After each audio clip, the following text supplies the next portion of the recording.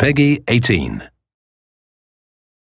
Here's a look at the character system in Fallout 4.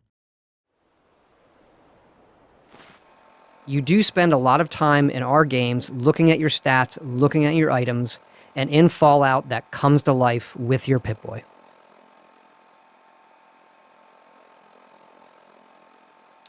Here are your 7 specials, and these really define who you are. You also have perks, which are skills and abilities you choose when you level up. And here's what it looks like when you make that choice. This is the perk chart where you can see all the perks you can select and the ones you have. It is organized by the 7 specials. There is a perk for each special and each rank of that special from 1 to 10.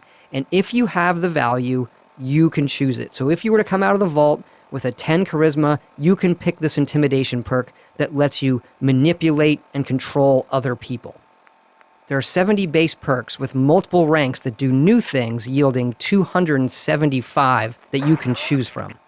And it gives you a ton of choice and many different ways to develop your character over the course of the game. It's all up to you.